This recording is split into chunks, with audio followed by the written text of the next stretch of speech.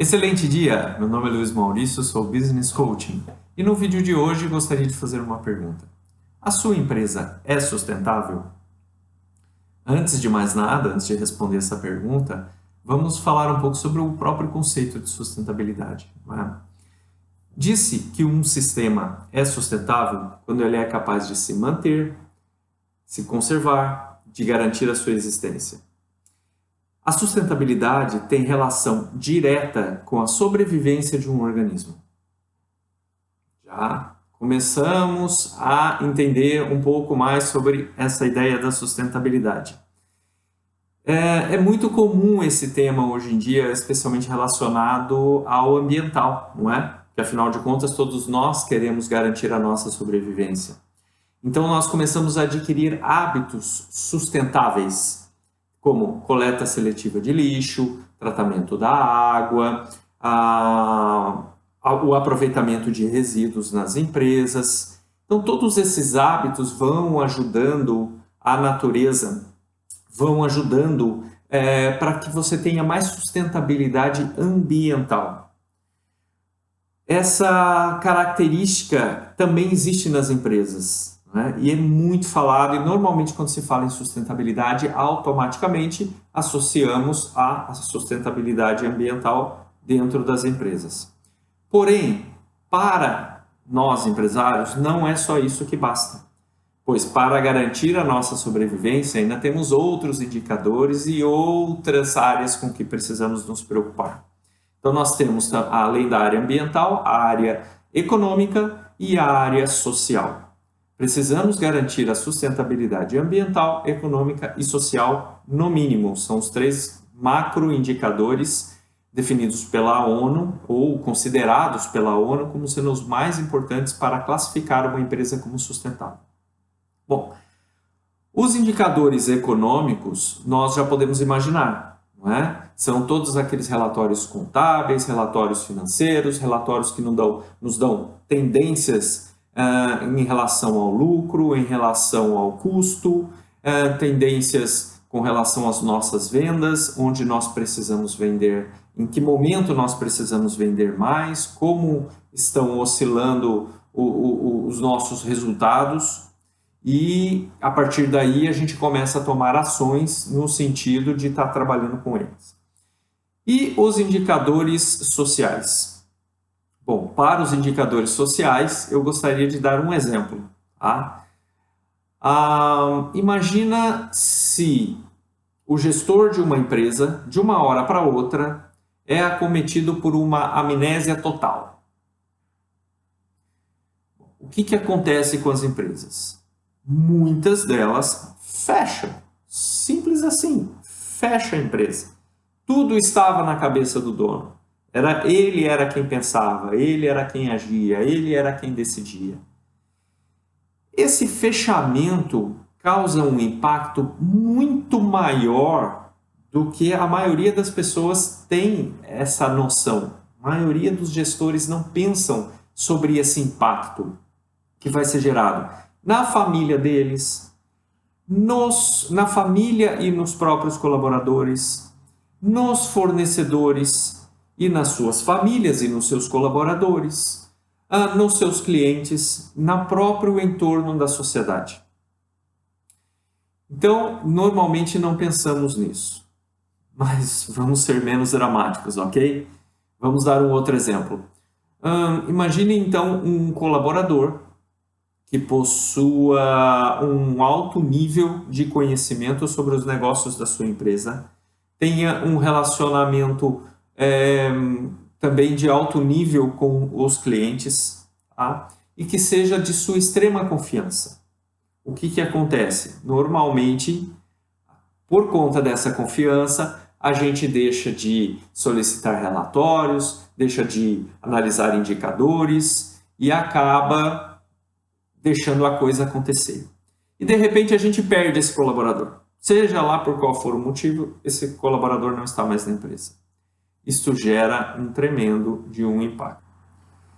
E então, sobre esses dois exemplos, como que nós podemos agir para poder evitá-los? Uma sugestão.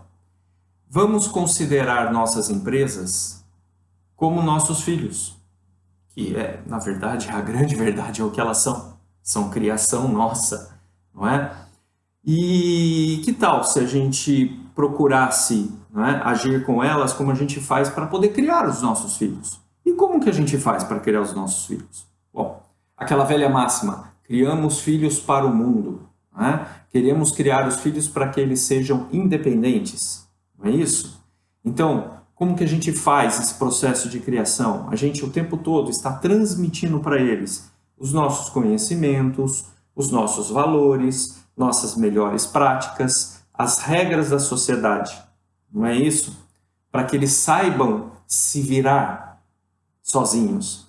Nós oferecemos a ele o acesso aos melhores recursos, damos a ele a oportunidade de frequentar as melhores escolas e faculdades, não é? Se eles precisam de computadores e tecnologia, nós oferecemos isso para que eles possam se desenvolver, para que eles possam crescer e para que eles possam viver sozinhos. E nas nossas empresas, será que é assim que nós agimos também? Será que nós disponibilizamos todos os nossos recursos para os nossos colaboradores? Será que nós nós transmitimos os nossos valores para eles no dia a dia? Será que a nossa empresa realmente é capaz de crescer e de andar sozinha sem depender da gente? Se a nossa empresa fosse uma pessoa, ela saberia atravessar a rua sem segurar a nossa mão? Será que a nossa empresa, se fosse uma pessoa, sobreviveria sem a força do nosso trabalho? Perguntas realmente que nos fazem pensar até que ponto nós estamos realmente fazendo o melhor para os nossos filhos ou para a nossa empresa, que é o nosso filho. E como sair dessa? Qual que é a ideia? Qual que é a sugestão? Bom, o processo de coaching nos dá uma ideia muito interessante sobre os nossos primeiros passos. Tá? A definição de coaching, do processo de coaching, qual é? Ajudar uma pessoa ou uma empresa a sair de um ponto A e atingir o ponto B. Tá? E para que isso aconteça, o que precisa ser feito? Primeiro, conhecer exatamente qual é o seu ponto A. Onde você está? Qual é a sua condição nesse momento? E depois conhecer especificamente qual é o seu ponto B. Onde você quer chegar? Exatamente quais condições você quer ter nesse ponto B. E o mais importante, definir o tempo. Em quanto tempo você quer sair do ponto A e chegar ao seu ponto B? 1 ano? 5 anos? Por quanto tempo você quer manter esse ponto B? Quais são os próximos pontos? A gente está falando de planejamento, de conhecimento e de planejamento. Não é? Então, assim, é muito trabalho? Sim, claro.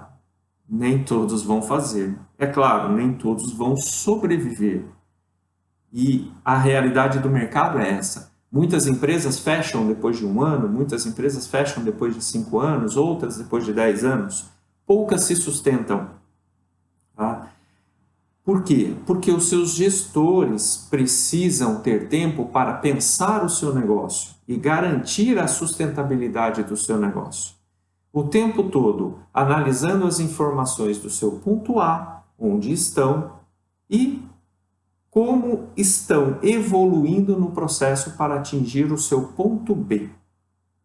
Então, fica aí a dica para você que é gestor. Pense o seu negócio, avalie o seu negócio, veja qual é a sustentabilidade real dele. Ele depende de você? Em que grau? 50%, 70%, 10%? O que você entende como aceitável dessa dependência? Enfim, não é fácil ser empresário, não é fácil ser empreendedor. E nos próximos vídeos eu vou ainda contribuir mais com vocês para que a gente possa superar aí todos esses desafios dessa grande missão, que é realmente fazer com que uma empresa cresça, que é fazer com que ela gere resultados e que ela cause grandes impactos para a sociedade. Então, até a próxima, um grande abraço e até lá!